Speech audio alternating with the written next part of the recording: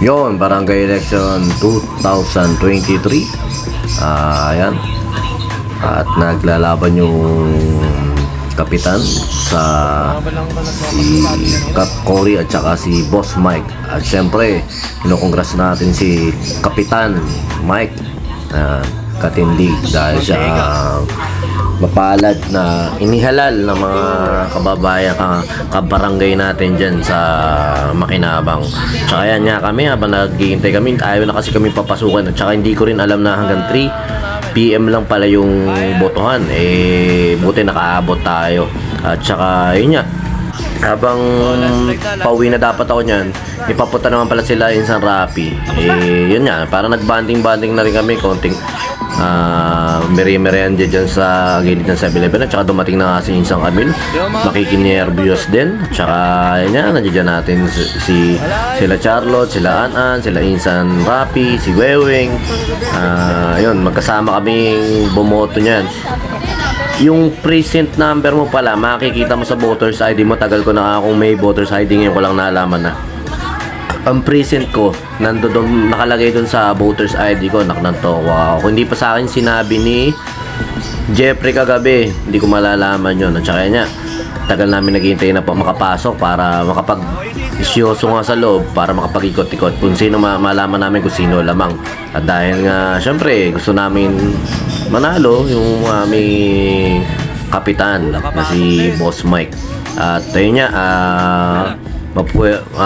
talagang swerte dahil ang laki ng lamang. Tsaka niya, yung pamangkin din natin si Tito tumakbong SK Councilor. At saka yan si Ate Raquel, nag-uumpisa na kami mag-iikot-ikot niyan kasi nga syempre tinitingnan namin sa bawat precinct yung kung sino yung lumalamang. At saka nung mga bata kasi kami tumakbong barangay Kagawad, ang amin lolo 3 terms yun, natapos yung 3 terms niya. Kaya nung mga bata kami, masaya kami, namimigay kami ng mga flyers dyan nung araw, nung mga bata kami. At saka yun nga, nag-send sa akin ng picture na nandoon pala si Jeffrey sa Tito Arnold. Nagano na kami ron, nagpunta na kami at nandiyan din si Atina, nandiyan una, chat lang. Apat lang halos kami, kwentuhan na ganito ganyan. Nila Tito Arnold, dumating na nga rin sila Pong, si Insan John, tsaka yun, dumating din yung tito namin na galing pa sa Laguna, si Tito Bembol. Si Tito Bembol nasa bukid, umuwi kasi bumoto nga din. At saka yun, syempre nagpakita muna tayo kay Inang, nag-bless tayo. Tsaka yan si Insan Camille, dahil pagod na pagod din niya, naglakad simula eskwela ng Makinabang papunta dito sa kanila. Tsaka yan yung pulutan na matres ng manok, may matres pala manok. Tsaka yan si Insan Anan, talagang napaka-supportive niyan sa ating kapitan. Tsaka dumating na nga rin sila Tito Amang at si Tito Bembol, nandiyan na rin. Syempre na-miss din natin yan. At saka yung minsan harapang ganito madalang mangyari. Kaya at saka yun nga, birthday din ng Tito Haji ng October 31, kasabay ni Jamie at saka ni Kuya Robert, tsaka kapatid, tsaka yung anak din pala ni Tita Sheila na bunso. Kaya happy birthday sa mga kamag-anak natin may birthday dyan. Mabuhay kayo hanggang gusto nyo. Tsaka yan si Tito Bembol nga. Sabi ko, tara muna daw kay Inang, magpakita ka muna para makakwentuhan mo. Nung una hindi nakilala nila kung sino ba kaya yun. Nung nagpakilala na yan, siyempre sabi nga niya kasi si Inang at saka yung Lola Ine, kumbaga close siya, magkapatid na yan. Kaya talagang ayun din, dahil tambay lagi ang Inang sa bahay ni Lola Ine, nagbubukid pa ang Inang, talagang yung ito rin sila Tito Bembol, malapit din kay Inang. At saka yung iba, yung banding din kasi ng mga araw, talagang solid yung paggalang sa mga matatanda. At saka yung komunikasyon ng mga ganyan. At saka yun nga, ang nanay ni Tito Bembol at saka ang ina magkapatid. At saka yung tatay ni Tito Bembol at saka yung asawa ni ina magkapatid. Kaya walang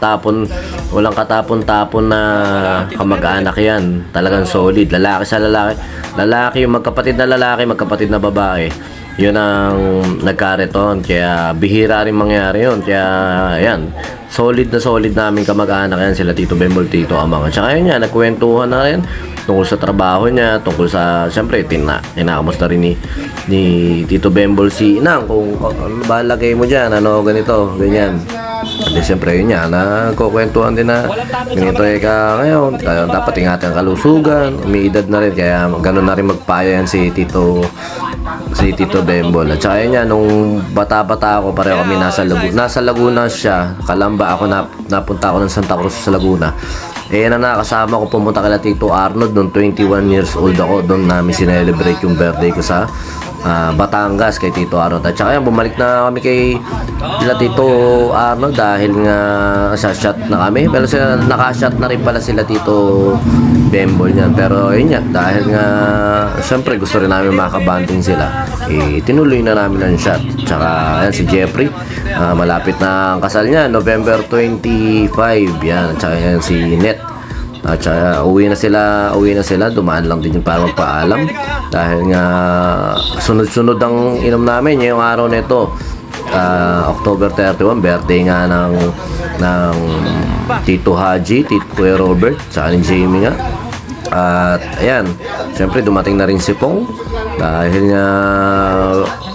nga syempre inaya namin siya, nandoon una siya kaila mami, kaila Inang, nagdumaan mo na siya. At saka yun nga, bumili lang sila ng alak, si Insan John daw, biglang binigyan ng dalawa sa tagliran daw nung parang hindi naman niya kakilala. Syempre napagkwentuhan ko, bakit ganito, dapat ganyan, ganito. Kaso nga, hindi naman nakita na sa labas kung sino yung gumawa niya. Pero kilala naman daw nila yung kasama. Kaso nga, humingi na lang ng pasensya yung kasama. Tingnan mo, si minumostra pa dapat yung ginano mo. Si Sak, Boss Mike tayo, Boss Mike.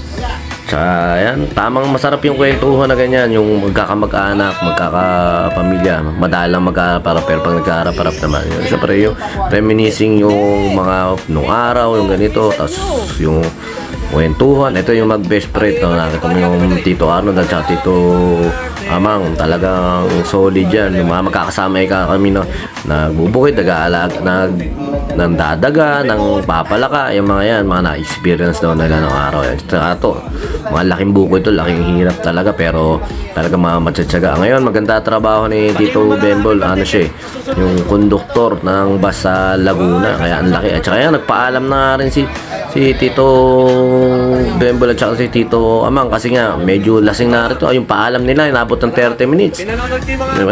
Gaano kalupit yun? Nakatayo ng 30 minutes. Paalaman pa lang yun. Ganun kalupit. Antok na rin yan si Tito Amang kasi medyo na-shot na rin pala sila sa Mulawin dahil nga umuwi nga yun si Tito Bembol at bumoto lang. Yung nakapampasok na yan, sabi niya matutulog lang kaya ako sa bus. Tapos pagkatulog ko sa bus, diretso na ako sa trabaho. Ang di nga nangyari dahil nga wala naman siya nasakyan. Nakita ko yan sa simbahan, nag-aabang ng bus. Sabi ko, nako, wala na akong siguro nagdadaan ng ganitong oras dito. Siyempre sinakay ko na sa motor ko. Nung sinakay ko siya sa motor ko, ayun nga, dinala natin siya sa Plaridel. Wala na rin naman point to point doon, at saka point to point lang Tarinoma lang. Kaya ang ginawa natin, sige, matulog ka muna diyan, bukas ng umaga ihatid na lang kita sa Pulilan, okay, iabang kita dyan sa Primark. Kaso nung nag-aabang na kami sa Primark, wala pa lang dumadaan doon na hindi puno, puro standing. Kaya sabi ko, doon na lang tayo magabang sa hinatid ko na lang siya sa SM Pulilan para safe siya. Tsaka yun, buti nga daw, hindi siya nalasing. Akala ko naknanto ko kung ano na nangyari. Sinaman daw siya ng 30 minutes nasa CR, kala naknanto ko. Gusto ko nang katukin kung ano nangyari, pero yun na, sumakit lang daw tiyan niya, tsaka tinodo niya na kasi malayo-layo yung biyahe. Sinafety niya na. Tsaka yun nga, kumain muna kami bago siya pabiyahin para ako safe ka na, tuloy-tuloy ang tulog mo, pahinga mo, para pagdating mo ron, kukuha ka na lang ng schedule mo. biyahe na raw ulit siya. Yan, napakasipag din yan. Kaya na mga ka-close namin, kasi halos mga kaidara namin, sila Tito Bembol, si Tita Glenda.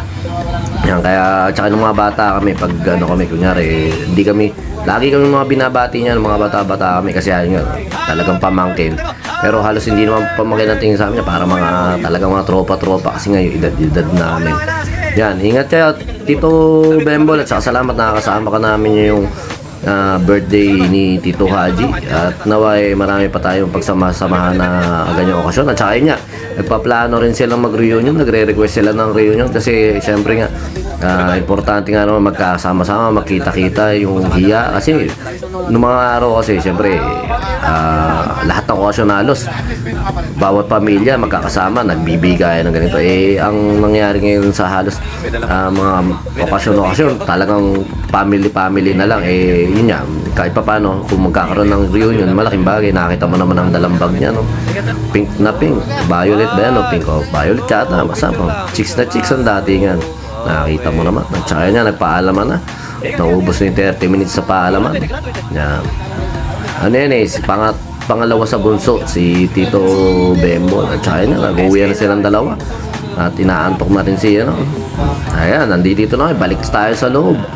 At yan, kinukwento ni kung paano siya kung paano hindi niya nakita kung paano binigyan ng konti si Insan Jojon. At saka yun nga, nakakita, pinulot ko na dyan sa Makinabang. At sabi ko nga, ito, ihahatid ko siya sa Primark. Wala na palang point to point na kubaw din. At saka, sabi ko, tara muna nga ako sa bahay. Ayun, yung Primark kasi, malapit lang sa bahay namin. Sige, tulog ka muna nga ako dyan. At saka yun, nung nakatulog, umaga na, sige na ako, ihahatid na kita. Basta yun, salamat, ingat. At maraming salamat sa mga isa natin nakasama.